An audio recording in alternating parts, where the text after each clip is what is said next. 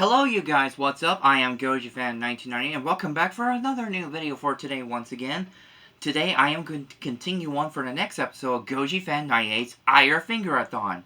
Today I am going to be reviewing the second installment of IronFinger movie, which is a part of the final installment of the series, which is Goldeneye from 1968. And no, not to confuse with the James Bond movie of the same name. This is long before that name came till 1995.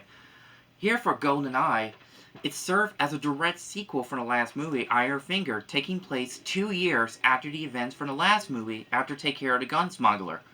Here in the sequel, it's all about talking about gold smuggling, they're looking for a golden coin, the last surviving coin, for whatever it was, but I know the name of it on the description below. Before it was actually that movie came to be, according from this book here, from John LeMay's book, Terror of a Lost Tokusatsu Film, there was originally another idea that was supposed to be meant to happen, which is this called 100 Shot and 100 Kill, Big Duel in the South Seas.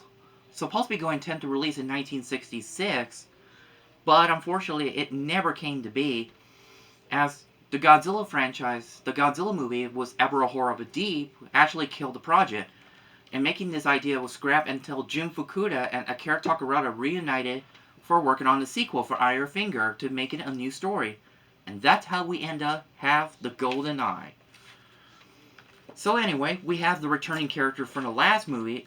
Akira Takarada returned reprising his role as Andrew Hoshino. And Tateta Tezuka returned in this film, but he's not played by Ishiro Ishikawa anymore. He's played by a different actor, Makoto Sato. And I can't find any information about why would they recasting the character and bring Makoto Sato instead of Ishiro Ishikawa. So anyway, the movie was taking... I like the beginning of the film was starting somewhere in a different country, which is I put in the name where the film started, all the way to the final showdown in Tokyo, where a guy, apparently he was running away, and then we found out why he's running away from, and it was a helicopter piloted by Kurokawa, played by Yuichi Shichida. He was the best known play as a bad guy, as the Mysterian leader in the Mysterians, and many others. It was so nice to see the familiar actor from the Godzilla series make an appearance. Speaking of Godzilla, we also got to feature the actress who portrayed Sueko in Son of Godzilla appearing in this movie, play as Ruby, as a new love interest for Andrew Hoshino. Oh, in the Between movie, Andrew and Yumi, the bomb expert lady, their relationship didn't work out. It's kind of like happened to everybody, including me, when 2 of my other previous relationships didn't work out.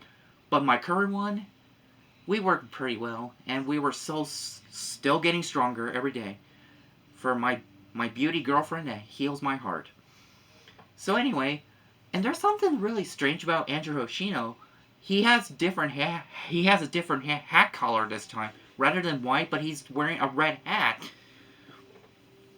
So anyway, and we introduced a little girl that she was looking for someone wanted to take out the person who was responsible for killing her father that we met in the beginning of the movie. So she hired Andrew Hoshino and gave him a silver coin, that it was a silver dollar. But what he doesn't know, it was actually the golden coin that the bad guys were looking for under the disguise pretending it was the American dollar. That was pretty clever. Apparently that guy, when we met at the beginning, probably stole that coin and disguised it as a dollar coin. Which I thought was a pretty good idea to hide where it is. And especially the leader of a gold smuggler was named Stonefeller, played by Andrew Hughes. Described this character that he was blind, and not only he was blind, he has some kind of micro thingy that he put attached to his rifle, or whatever the place he was going, to hear where his enemy is coming.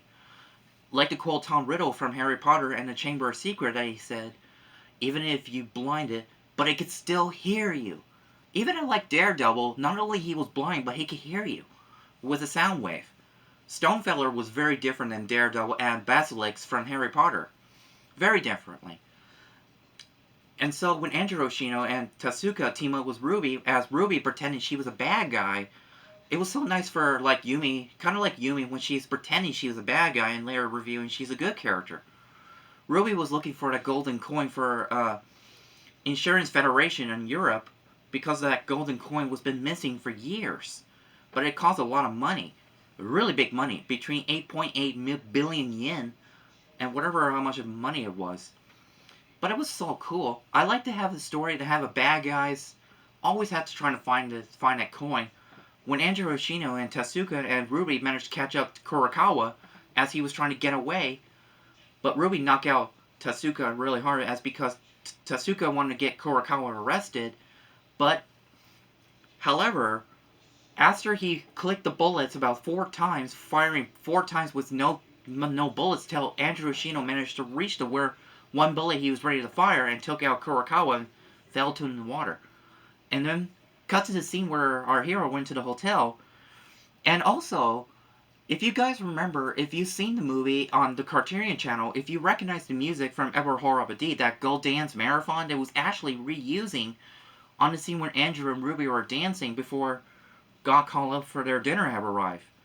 But the bad guy pretended was the server and uses some kind of knockout gas, knock out of our heroes. But that's kind of ruined our food. Like, oh, that's not going to taste good after that. And one of the bad guy using a plaster on Andrew Hoshino designed to crush him. Thankfully, Tatsuka showed up and trying to help him get him out of there. It took a long time to get Andrew out of there because it's really hard to get it out. But it took forever. When our hero managed to catch up with the two missing girls, to kidnapper girl, Ruby, and the singer, Misako, well, the bad guys were looking for the golden coin, but Ruby was so smart to hide it. Until we found out where did she hide it after she got it. She hid it on her fake hair. Andrew actually discovered it. He's very smart. And then when Ruby put that coin on the plate and revealing the gold was uncovered because it was coding. Very smart. So that's when it ended for the movie, where Andrew and Ruby are going somewhere else. And there was no follow-up sequel for this movie, so I guess I probably decided it has to stop. Only 2 movies of Iron Finger movie, and that's it. Akira Takarada did a good job as Andrew once again. Makoto Sato was okay.